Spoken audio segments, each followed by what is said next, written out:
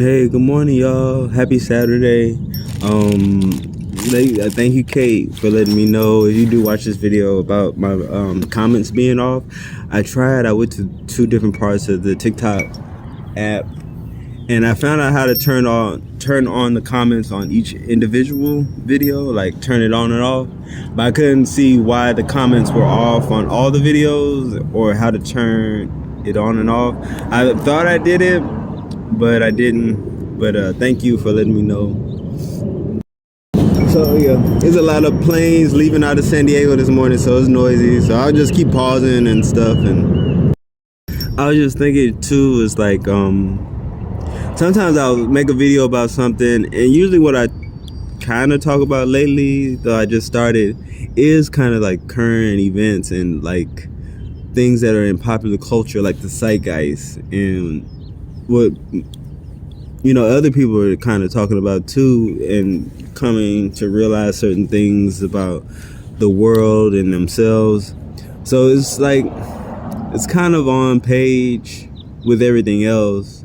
So sometimes I'll say something or make a video, and then I'll see a video like pretty shortly after talking about the same thing. Now, I don't think it's like coincidence. It's just kind of everybody's talking about the same things right now. But I do want to like just point out like what I feel is how I feel, and I'm really not trying to convince anybody to think the way I think. And I also feel like even though I think the way I think and I feel the way I feel, I don't even know if it's really truly correct. Even for myself, I don't know if there is a complete correct way of being. So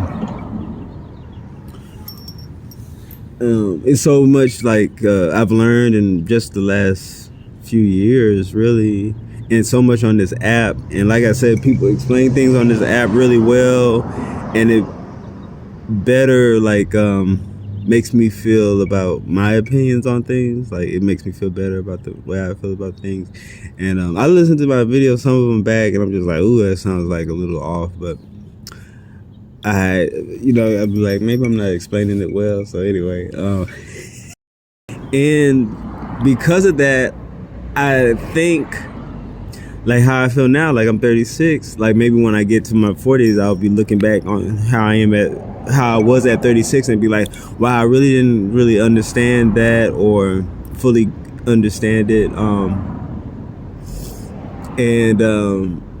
There was another creator talking about just tired of like people pleasing and trying to fit in with people. I've also reached that point, and as much as I like believe in community and how people point out how individualism is like a product of capitalism, I do really like being alone, and I would like to be in community, but sometimes that can be very overwhelming, especially when you're dealing with there's so many different personalities, so many different views. It's like being alone, I really, really enjoy it, but I do see the need and the value of community, and I feel like I have it, but I also am very much a loner. Like, it's a part of me I would love to be like, I am like kind of hippy dippy, and I would love to be. No, I wouldn't love to be, but it's something about the idea of like a hippie commune, and people coming together, creating community, like growing a garden, people cooking, people like growing vegetables and taking care of everybody just doing things. Like, I think that is beautiful. I would love to do something like that. I don't know, in our modern era, I don't know, I've seen some people doing that stuff, but then I've also seen people doing that stuff, and then there's this person who's like the leader, and they're like, it becomes very cultish, and so even that, like, yeah, I just get really concerned, because I definitely, younger me probably could gotten involved in something like that, but now I'm just like, nah, I'm just go over here, like, and not that I don't think I'm unteachable. It's some things that I do change my mind on and my opinion on, but it's only when I feel like it's toxic and it is something that goes deeply against my nature and my deep down inside, like if it really goes against it. But there's some things that have been pointed out to me that I just didn't really think of, and my mind has been changed. But yeah, even like during the protest, I remember during the protest, like I'm a pacifist, and it wasn't necessarily George Floyd protest, but it was just before, it was just after COVID, and we were like we were like sleeping downtown in the financial district, and there was some people, a group of people who wanted to riot, and there was some group of people who just wanted to hold the space down.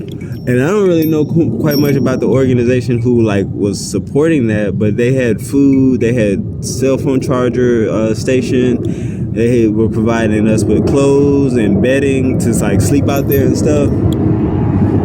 But there was some people who wanted to riot, and there was people who never had a voice who finally had a voice.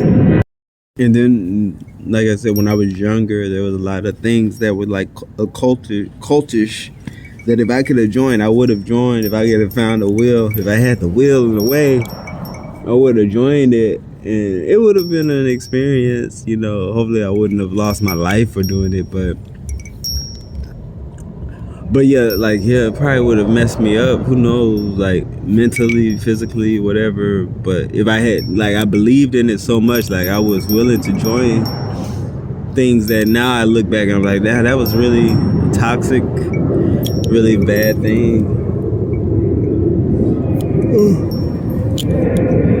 You know, and even the toxic and bad things that I've been in, like I look back and I see it for what it was, but I don't regret it. You know, it was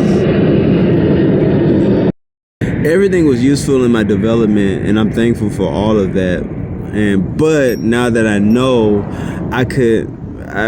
that's the point of going through that stuff, is so you could like not repeat it. Like that's what learning history is for, so we never repeat ourselves. So now that I know, it's like I could never repeat that. And also just really enjoying being alone. I've always enjoyed being alone. I've always been a loner, but I didn't always enjoy it. I always wish someone was around me. And even now I have moments where I wish someone was like around me that was like me, where I like enjoyed it. But I know I get annoyed over little things, and I like doing my routine, my sewing, my special interests, my sewing and my paintings and stuff. And when people get in the way of that, I get really annoyed. Well, this video probably made 10 minutes. Maybe I'll make another one, but I'm gonna, because I don't even think I got to what I wanted to get to. But yeah, even it was another video where this guy was talking about internal monologue and how that might even like affect people's way of thinking and being and stuff. And the way he pointed it out, it was like, I get it, but I was like, I don't know if that would change your morals necessarily.